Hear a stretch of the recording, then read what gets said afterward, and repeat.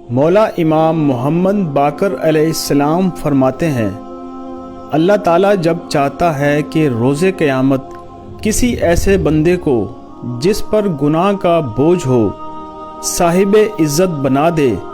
تو دنیا میں اس کو بیمار کرتا ہے، اور اگر ایسا نہ کرے تو اس کو کسی حاجت میں مبتلا کرتا ہے، اور اگر ایسا بھی نہ کرے تو موت کو اس پر سخت کر دیتا ہے تاکہ اس کے گناہوں کی تلافی ہو سکے۔ اور جب روز قیامت کسی بندے کو ذلیل کرنا چاہتا ہے جس نے کوئی نیکی کی ہو تو اس کو صحت عطا کرتا ہے، اور اگر ایسا نہ کرے تو اس کے رزق میں توسیع کرتا ہے، اور اگر ایسا بھی نہ کرے